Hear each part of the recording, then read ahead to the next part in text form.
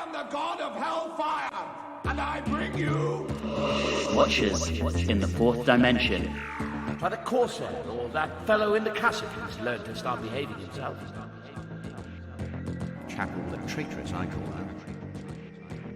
By my calculation, if we leave now, we should be back in London in time for breakfast.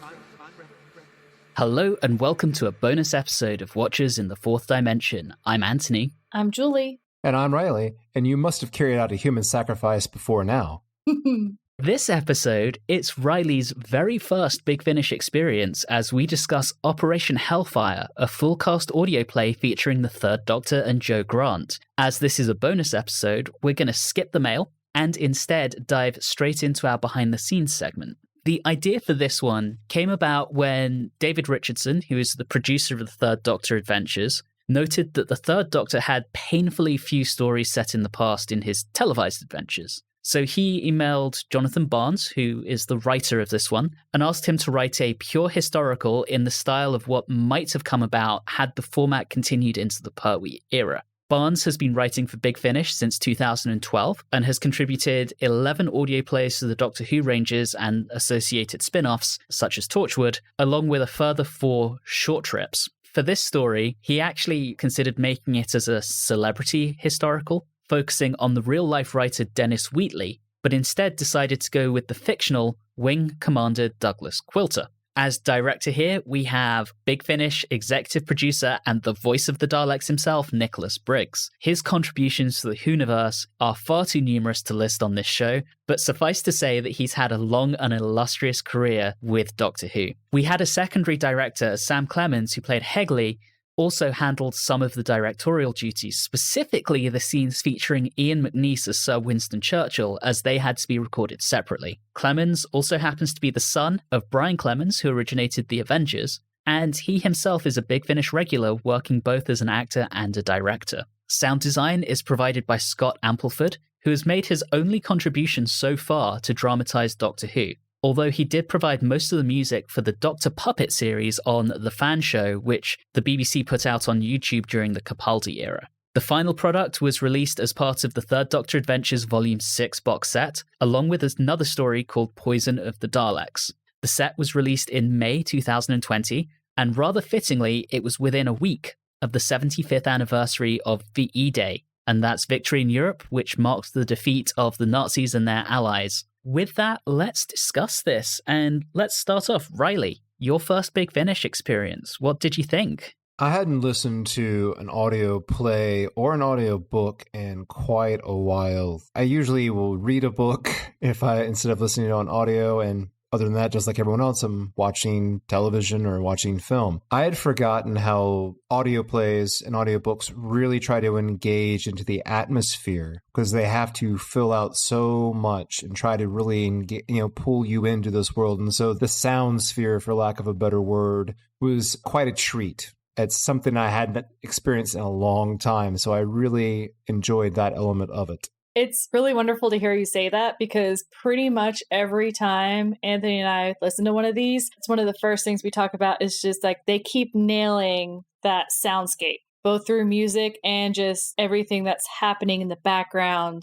You just feel like you're immersed. And what's amazing to me is that it's not just the things that are obvious to you, like in this one we have the sound of a blimp or something like that, but it's just other things. Like they have such a focus on the sound and the background noise in the most non-obvious, very subtle ways that I was impressed with. One thing that was particularly notable in this, and I thought it was interesting that it was his first time doing anything for Big Finish, was the actual sound design by Scott Ampleford. I thought his synths evoked Dudders really, really well. I'm so glad you brought that up, because what I noticed about the music is that it was either synth or it was low reeds, a lot of bassoon, maybe some oboe, maybe some bass clarinet. So it's that wonderful bridge of synth being used for creepiness, but also low reeds being used for creepiness. And it's just so refreshing to hear synth done well, because it's paired with real instruments. And if I recall correctly, Julie, you'll be happy to know that eventually that's the transition we start seeing in the TV show. I'm ready. My body's ready.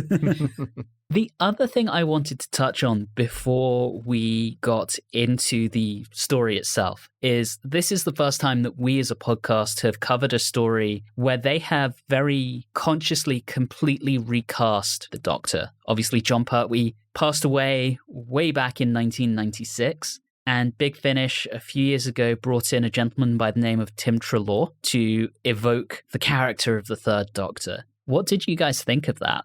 I was happy with the performance and the voice acting. I thought that he did a very good job of nailing the kind of flourish that Pertwee would use when speaking. And there are some similarities to the voice. And of course, there's other times where it seems to separate in certain scenes. But I think that for the quality of acting and the similarity of sound, I don't know if you could do much better than that. And I pretty much agree. There's so many of those little quirks that he tried to embody and things like that. Obviously, it's not going to sound exactly the same, but overall, he had the mannerisms down. He still had that really wonderful dynamic with Joe, and it really worked very well. And what's also important to note is that oftentimes when you have a situation where someone's filling in, trying to play the part that another person played in that same way, oftentimes it comes off a little rough because it seems more like a hammy impersonation than it does a decent kind of recreation. This felt a lot better. It allowed itself to sometimes color outside the lines and didn't seem to hammer down on so many certain kind of vocal stylings that Pertwee had. So it had a chance to grow on its own a little bit while still feeling like the Third Doctor. And like I said, not sounding like some Las Vegas impersonator or something. What's interesting about that, Reilly, is at the last Wholanta, I had a very long conversation with Jason Haig-Ellery, the CEO of Big Finish, who told me that his perspective on this is the Third Doctor is a character much in the same way as, for example, Sherlock Holmes, who will be played by many actors over the course of time. So John Pertwee originated the role, but in the future, as long as someone can evoke the spirit of the part, he sees no reason as to why other actors shouldn't come in and play him as well, which I thought was a pretty interesting take. Think about, we oftentimes liken him a little bit to a James Bondy type character. Mm-hmm. And James Bond is played by different actors, and they're just invoking the James Bondness of it all. Right. So, it's very similar. And just to go back on, I think, what both of you touched on, he had the inflections of John Pertwee and the vocal cadence. He even has that slight graveliness to his voice, but what he didn't try and do, and I'm glad he didn't, is if you listen to John Pertwee, he has a very, very slight lisp, and Tim Treloar did not try and ape that. So he knew his own limitations, knew the best approach to take, and stayed with that. And to your point, it doesn't feel like he's doing an out-and-out imitation as a result of that decision. One thing that was interesting, because we're focused a little bit on like the sounds and everything, just listening to the Venusian Aikido just in audio was a very special treat. I didn't know I needed that. Yeah, and it's the kind of thing you don't think is going to work until you hear it. Yeah. Which is awesome.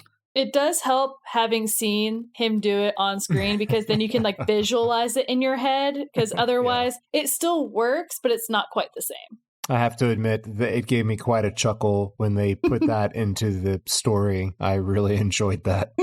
Let's talk about the story here. And fundamentally, what we have is a classic four-parter that is about the occult with Nazis. Everybody's favorite villain in fiction. We open up with the occult, and I love when, I guess, does she become possessed and then have that gravelly voice that's like Hades personified? Yes. That was really fun. And just the occult in general, I preferred the occult in the first part, where I'm sitting here like, oh man, I'm invested and I want to know about all these people and everything else. As the story went on, I'm like, man, I wish it was more actual occult than what actually ended up happening. I understand where the story went and why it went there, but I actually probably would have preferred to have kept closer to that. But to set up the story, I thought it was really well done. I really enjoyed it. And then to go to the other side where the doctor's being grumpy with Joe and sorting through bills and going through the mail was just so much fun.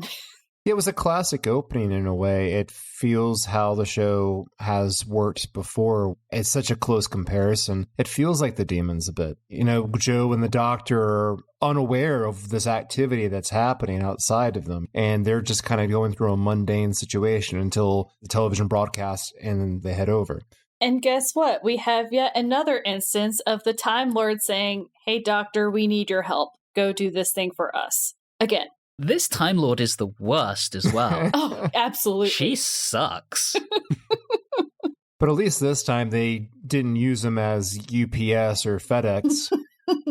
This time he actually had to be a little bit more active instead of just delivering a box. Well, instead of delivering, though, it was basically, "Hey, go pick that up for me." Oh, I guess so. Then it's just the other side of courier service. Yes. I think what I particularly disliked about this particular Time Lord was in the final episode, after Daisy had shot Sir Davenport Finch, this Time Lord shows up to gloat about it. Yeah. And that just felt really, really off to me. We've seen them defy their own moral code and interfere in the show, but for her to kind of show up and gloat over this guy who's dying, that did not sit well with me. It was a bit unusual, yes. Except, you know, I always sit here and just remind myself that the Time Lords are the worst, because every single time I see them as a collective group in Doctor Who, it's not good. So I don't really mind throwing her under the bus and saying, well, she's terrible, because guess what? In my head, all Time Lords are terrible except for the Doctor and the Master. He's really not that bad. We'll meet a couple more in our journey, Julie, who I think you'll like. But they are very much the exception, and the majority of Time Lords are just terrible. In regards to the entrance of this character, they made a nice callback there to the fellow in the bowler hat. That's part of the fun with Doctor Who, right? There's so many different things you can reference in this show, and it can all come back, and so it's always just a nice little treat when they do that. There are some other nice callbacks. So when he's basically trying to say, can't you get someone else to do this? He says something along the lines of, try the Corsair, who is mentioned in The Doctor's Wife in the Stephen Moffat era, or the fellow in the cassock, referring to the meddling monk. So we get flashes forward and back, and I really enjoyed that. There are a lot of nice little references throughout this story to other things in continuity. We also get introduced to Douglas Quilter. Dougie. I love Dougie. I love him. He is wonderful. I love the name. The name itself is great. He's a wing commander. So I'm like, okay, everything about this man is phenomenal. I'd really love to meet him, or I'd love to see him on the show. Just a really fun character. And what was nice is we get introduced to him as a character and find out that he already knew them. And it's a little bit more refreshing than okay, it's 2 seasons and like we're referencing someone who met him 2 seasons ago. So I just thought that was a fun little twist on it. I really loved how the Doctor and Joe didn't know him yet, but he knew them. Yes. That feels very almost River Song-like in the whole, I hate this phrase, but I'm going to use it anyway, wibbly-wobbly, timey-wimey thing. I'm so sad that you don't like it. Yeah, we're going to go through that every time we do Big Finish, apparently. I really enjoyed Duckie's voice.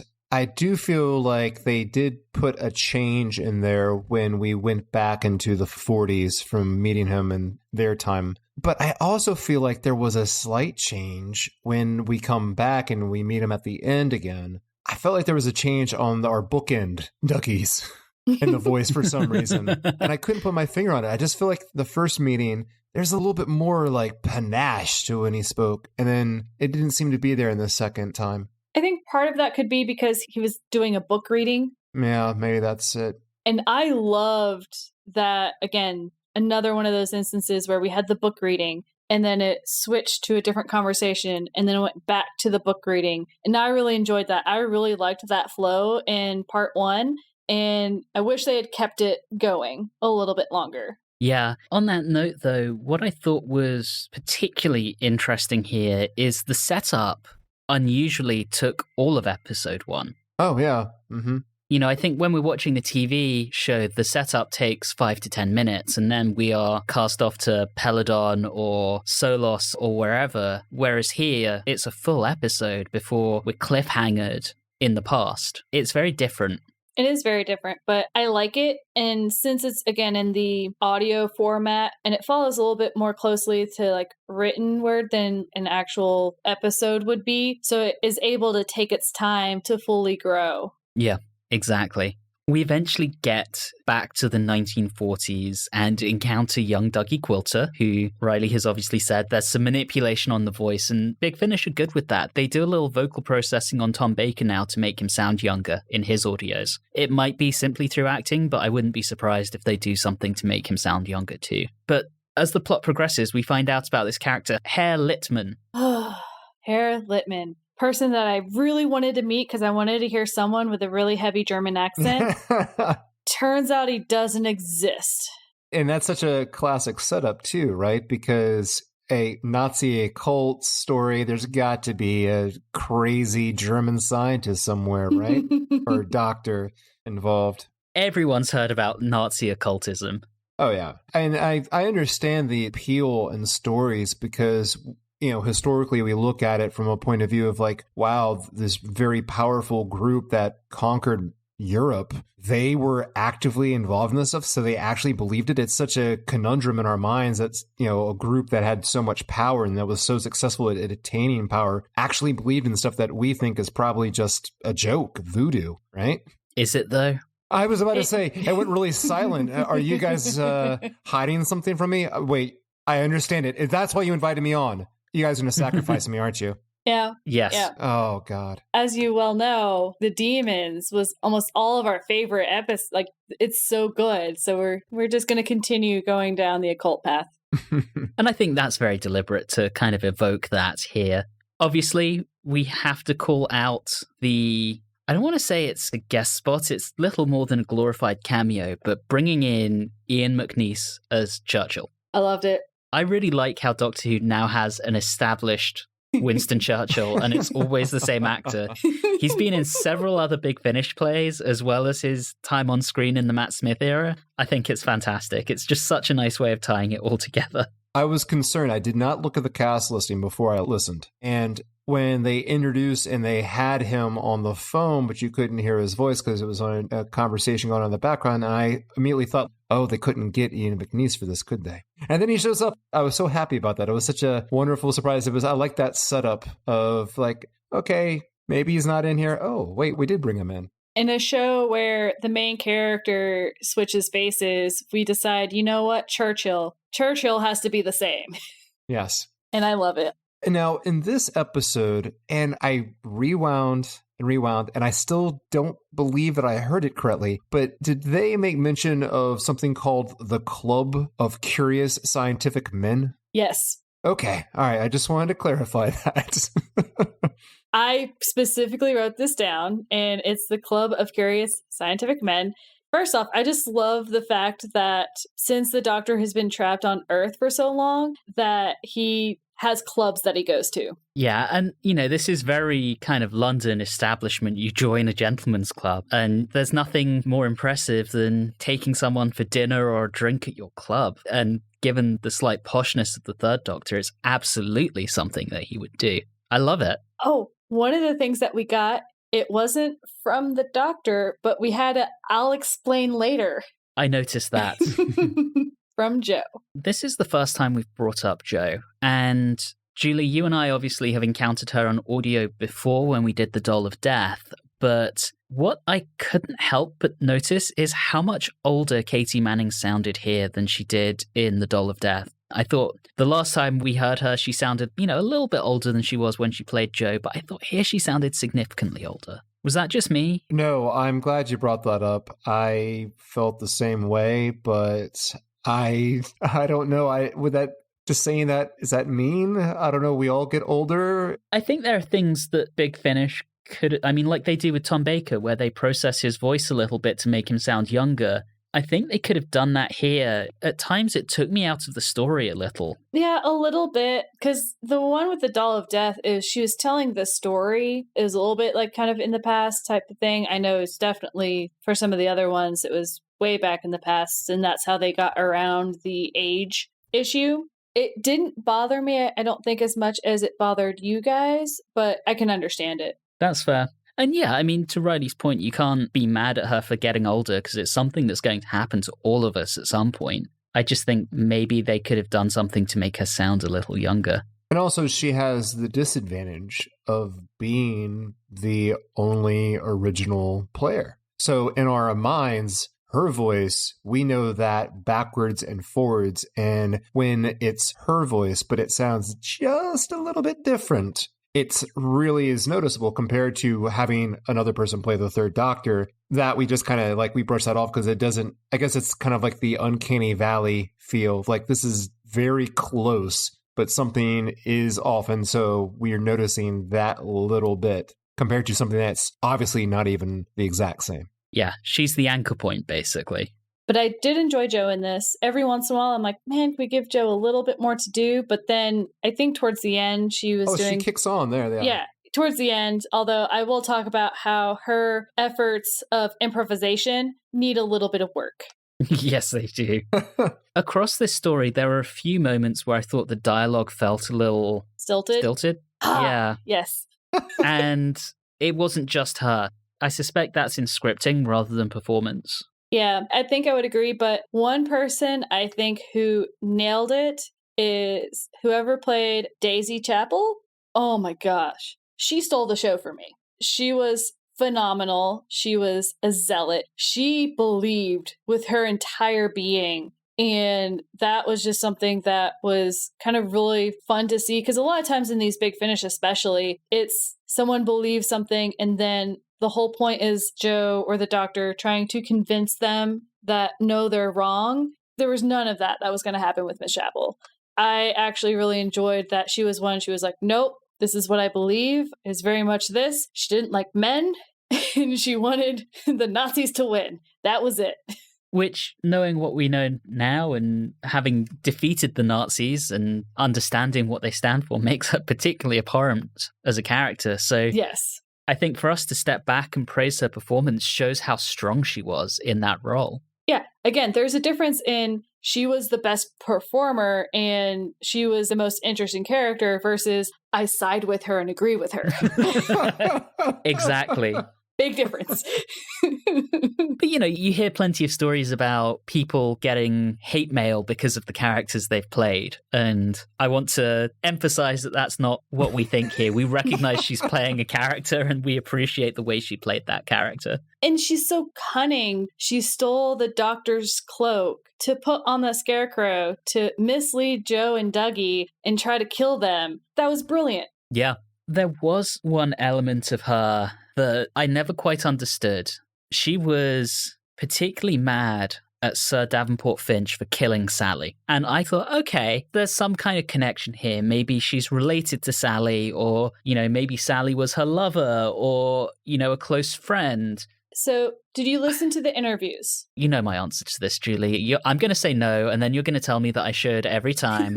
And I still won't do it next time. So no. Because the actress did touch upon it a little bit. And that's what I said, where she hates men. It kind of stems from that. But really what it stems from is one of the reasons why she sided so much with the Nazi regime is because she saw that the British regime of misogyny and men being superior in that time period. And so the Nazis were opening it up to women because they were trying to get more of their vote, because they were like, if we can convince them to be a part of our party, then we can take away those from the UK. So she was very much playing it from that perspective. And that's why she was so mad about the killing of Sally, because she saw it as a male misogynist instead of trying to turn her, was just like, well, she's not worth it because she's a woman, so I'll kill her. Okay. See, this is why you listen to the interviews.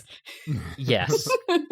Putting my historian hat on for a second, though, the Nazis did genuinely believe that a woman's job was to pop out plenty of Nazi babies. They played a game, especially in the occult. They would draw women in. So it was a bit tied there as well. I want to flash back to Churchill briefly, because one note I have here is that it was rather fun having the Third Doctor interacting with someone who's a real-life character that Pertwee actually knew. Oh, yeah. I thought that was so cool. I forgot about that. From his time in naval intelligence and reporting effectively directly to the cabinet. I loved that. I was like, oh, that's rather fun. I realize I'm meandering all over the place here, but let's talk about Sir Davenport Finch. We touched on him briefly. Obviously, one of our first encounters of him is him choking Sally. He is my least favorite character of this whole thing. I think he's worse than Miss Chapel in a lot of ways because, first off, he's an idiot. And he is a domineering man who thinks he's better than everyone else. And a traitor. And a traitor. Yeah, basically all three of those things. I mean, he played it brilliantly, but I hated him. Yeah, I think he's one of those characters where you enjoy hating him as well. I think Terry Malloy, who we will eventually see in the main show as Davros, I think he did a great job. Mm-hmm. And it's a shame that he never got to meet the fabled Herr Littmann. Which I think they should change the title from Operation Hellfire to Waiting for Littmann. I love that, but I also really like every time, like, well, not every time, but most of the time when they brought up the name, they were like, Operation Hellfire. It's like everything stopped. They spoke it very, like, succinctly, and then usually there was some sort of music cue at the very end that was like, oh, okay, I get it, Operation Hellfire. And I believe during some of the occult proceedings, it was kind of done in like a heavy metal rock arena, Hellfire kind of feel, you know? Hellfire! I think we get to one of the most interesting elements of, I think, is, and I feel like it's been a long time, especially with the third Doctor, kind of being used as an expendable bait here. Yes. Very interesting twist for how they are writing the character, and I like it. To me, that always felt very much like the Avengers. Patrick McNee used to joke about how he always had a beautiful woman as his sidekick, but they kind of inverted that by having him be the one who had to be rescued. And that's effectively what they've done in this script. The Doctor is the one who Joe has to come in and save the day. Right. Albeit with the help of Quilter. She comes in to save the day, but what frustrates me, and it's not just in this episode, it's also in the show itself, is she goes and she creates a brilliant lie. Okay, great, awesome, Joe, keep going. And then immediately she turns around and like drops it. Because it's like, she comes in and she's like, I'm one of the occult followers. Yes, Joe, you totally got this. Immediately she sees the Doctor, she's like, Doctor! I'm like, you... And then has to cover. And I think the reason why they do that, and it's happened before with her, is I think the expression is true of heart. And I think that's how they're trying to paint her as. And that's a fine thing for a character to be. But you're right, it does come across as, well, that's really sweet and endearing, but also could be seen as not very intelligent. Well, the biggest thing is that since she was trained by unit in a lot of different things, I would think that undercover spy work would be included in that training. And that's where I get frustrated. It's not that I think that she's dumb, but I'm pretty sure you trained for this and you got really good training. So how come you're not better at it? Right. Yeah. She really is winging it. I mean, when she then has to turn around and claim that she's Dr. Josephine Grant and she's asked what her PhD is in, she almost stutters her way through that. And if I were Finch, I'd be just sitting there thinking, bullshit. And the only way she gets away with all of it is because Churchill calls and basically saves her completely by coincidence. Also, I love the fact that she's Dr. Grant, and just every time I heard it, I'm like, this is not Jurassic Park. Not Dr. Grant.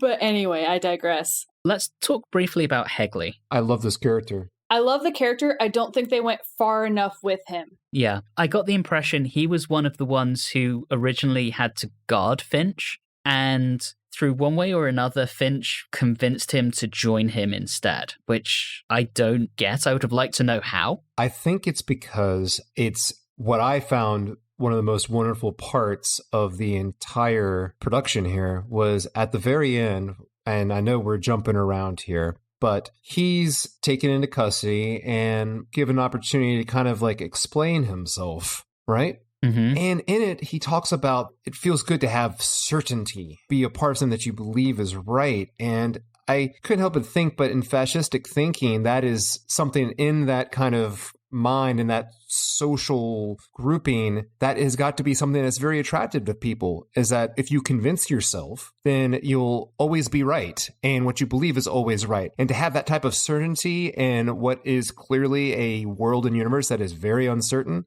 is terrifying to some people. They can't handle that. They want something that's certain. And I thought that was a nice touch on a psychological element of fascism that attracts people. And also at the end, I'm glad they also had him clear himself, because his voice, how he sounded, you could think that he was perhaps a confused old man that just got caught up with the Satan-worshipping Nazis by accident. That's what his voice sounded like. He sounded like such a sweet old man. But then I'm glad they had him clear his motives up. The other element with him that I sat there thinking, what the hell over, was when it turned out, yep, he's been fine with helping Finch and the Nazis, but as soon as black magic comes into it, he's a little bit reticent. Well, I think that once again goes to that, that sense of uncertainty. The magic is, something that's amorphous and there's no concrete thing about it. Yeah, also true. Let's touch the big part, the dirigible.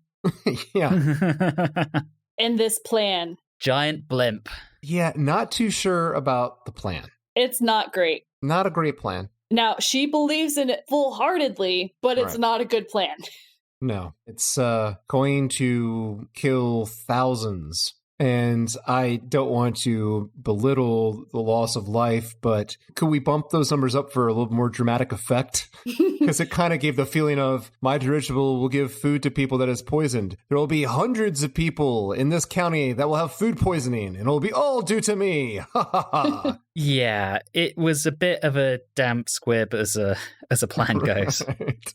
What I had been hoping for was that the amulet of Wasteland being the key. I wanted something to happen with that, like her going up in the dirigible and somehow utilizing this amulet to create a wasteland. Yes. That's what I wanted to have happened. Basically, we're setting up a story that is Raiders of the Lost Ark. We get to the third act, and the Ark doesn't do anything here. It does nothing. They just kept it in the box. They didn't even open it, and that's just such a downer. I was sitting here thinking, so what does this thing actually do? Yes. And we never find out. Why do the Time Lords want it back so much? It's a MacGuffin. That's its purpose. That's it. Yeah. If I ever form a metal band, we are calling an album Amulet of the Wasteland. It's an awesome name. Yeah. It really is. Oh, and one more thing about the plan. I did like it tying into the idea of wartime rationing. Like, they're going to be desperate for food. They should have made it more specific. Like, we're going to be dropping like chocolate cake and all this tasty stuff down on them. They can't resist it. I realize in America, there wasn't really rationing to the same extent at any rate that we had in the UK. Just thinking back, my grandmother, who passed away 8 years ago, up until her death, she was hoarding sugar. Yeah. Even once rationing ended, that things that were rationed, she would hoard. I remember my grandmother would do the same thing, and that was not because of rationing. I think it's because of the Depression. Yeah. It's a similar mindset. Those who lived through the Depression and those who lived through rationing in Britain in World War II, very similar habits coming out of those. I'm curious of how this dirigible turned around. Was it the Time Lord who went in and turn the dirigible around? Because I feel like that could have potentially happened, because otherwise it makes no sense. Yeah, they say it might have been the amulet as well. I'm more convinced that the Time Lord lady would have done it as opposed to the amulet itself, because the amulet has done nothing. But when that happens, she goes nuts and she kills herself. Absolutely bonkers. Totally nuts. And at one point, it was at least meant to be a surprise that she was into all of this stuff. We knew because we had heard her at the end of episode 1, but for Quilter, he was like, well, I had my suspicions, but I didn't know for sure. And she's so fanatical that when she can't do what she wants to do in service of the glorious Führer, she kills herself. It's bonkers. Absolutely bonkers. Recapping the end, we have another encounter with Churchill. And this is where the Doctor says something that I thought was really profound, where he says the monsters were already here and they wore a human face. That's a good line. I liked that a lot. Doctor Who, I think, is very preoccupied with fighting monsters from outer space and less preoccupied with fighting the monsters within. Yes and no. Every once in a while, you get some situations where they weren't at fault. But it's also a thing where across other areas, not just Doctor Who, it is a lot more common where the monsters turn out to be the humans, The Witcher. But yeah, I see your point. It was a great line. Don't get me wrong. And I want to get your guys' thoughts. What do you guys think of how are we going to keep the amulet safe? We're going to have Quilter keep it in his sock drawer. Can one of you guys explain to me how that is the best way to handle it? It's not, but equally, if you're the Time Lord, are you really going to go sifting through Wing Commander Dougie Quilter's sock drawer to find this damn thing? Probably not. I was kind of hoping that him holding on to it, somehow by looking into it, it would like show him crazy visions and that's what he would write his books about. I think that would have been fun. And that's implied, but then the Doctor says, or maybe people just enjoy a rollicking good story. I wish he hadn't have said that. I wish it was Quilter saying that maybe this is why I was, so popular. And then the Doctor could have just been like, maybe. And it left it much more open-ended. Would have been a lot more fun. I agree with that.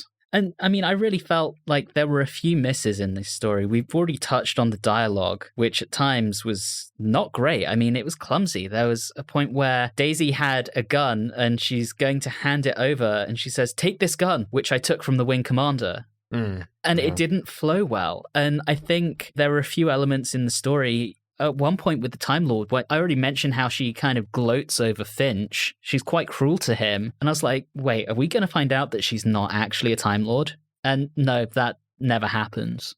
I felt like there were just some missed opportunities and some rather clumsy elements of dialogue through the story. But there was, I thought, on a positive note, some good little touches of humor. Oh, yes. The humor, there was plenty, and it was good humor. There wasn't anything that fell flat, dialogue-wise, and a few tiny plot point things. But overall, it was a very cohesive story, very well acted. Absolutely. I think that takes us through to the end of our discussion about the story itself. Should we go ahead and rate this thing? Let's do it. Julie, do you want to go first? I will go first. I enjoyed this. It's a bit longer than some of the other Big Finish that we've done, but Big Finish continues to nail it on the soundscapes, the sound design, and the music. Very big plus. The acting is really, really, really good. The actor playing the Third Doctor did a very, very good job. And fun things in this. And then everyone heard about me really liking Miss Daisy Chapel. And yeah, there's a few minor things here and there. Clunky dialogue, things like that. But overall, just a fun story. So I'm going to give it 7.5 Grumpy Doctors opening bills out of 10. Reilly, let's go with you next. I enjoyed myself. This is my first Big Finish. I would love to hear how Big Finish would do a soundscape for an alien setting, completely bizarre, out there setting. I was quite happy with the voice work and the acting. I thought that the plot suffered towards the third act, and I made that pretty clear. But I was very entertained by the humor. I thought it flowed very well. The pacing was very good. And it was just a pleasant little ride. I can't be too specific on my rating other than from a personal perspective because this is, like I said, my first Big Finish. So I will play it down the line and say that I will give it 7 curious scientific men out of 10. I dig it. And that leaves me. And I enjoyed this. I thought it did a really good job of evoking the era. The opening felt very Demons-esque. The soundscape was fantastic, really reminded me of old dudders. And I thought for the most part, the cast did a really good job. I enjoyed Tim Treloar as the Doctor. Personally, it wasn't my first time hearing him, but it's been a while and I'd forgotten how good he is as the Third Doctor. The story, I thought the plot for the most part was a lot of fun, but I do acknowledge what Reilly said in that it does suffer a little in the third act and maybe it could have done with one final draft to really polish that off. And there were a few elements that took me out. The dialogue is a little clumsy at times. I did mention I thought that Katie Manning definitely sounds older. She's very breathy in her performance, and I think maybe Big Finish could have given her a little help to sound a bit more like Joe Grant. I think overall for me, this was enjoyable. I did enjoy it despite the few flaws I've pointed out. There were some wonderfully hateful characters, as we discussed. And I'm curious to hear more and more of the Third Doctor range that they've got going on. So I'm going to give this, like Julie, 7.5 brides for Lucifer out of 10. Before we bring this to a close, Reilly, having now done your first Big Finish, are you going to go back and listen to more? I think I will. I think that I will focus, like I mentioned in my rating, on seeing very specific things that they do. I want to see what their range is. This is, in my opinion, a very classic Doctor Who, London during World War II kind of story, and it's a very common setting. I want to see what they do when they really go out there. Send me to the web planet, Big Finish, please.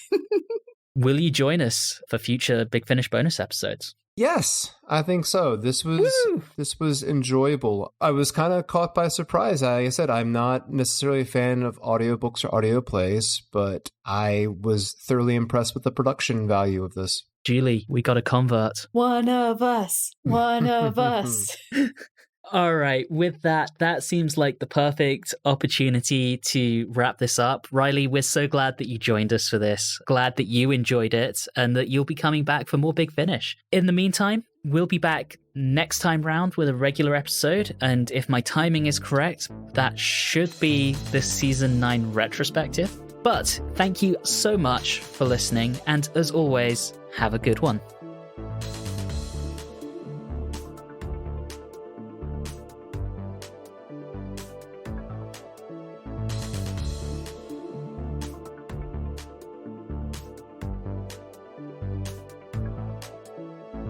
You have been listening to Watchers in the Fourth Dimension with Julie Philippek, Reilly Schreck, and myself, Anthony Williams. This bonus episode, Waiting for Littmann, was recorded on Wednesday the 12th of January 2022. If this is your first time listening in, all of our previous episodes are available through your favorite podcasting platform. You can interact with us on Facebook, Instagram, and Twitter at @Watchers4D, and you can also email us at watchers4d@gmail.com. If you're enjoying the show, please do subscribe and leave us a review or rating on your favorite podcasting app. All of those things really do help the show. And always remember, if you're doing a story about Nazis, it may be fun to throw in the occult, but it's also really cliche at this point.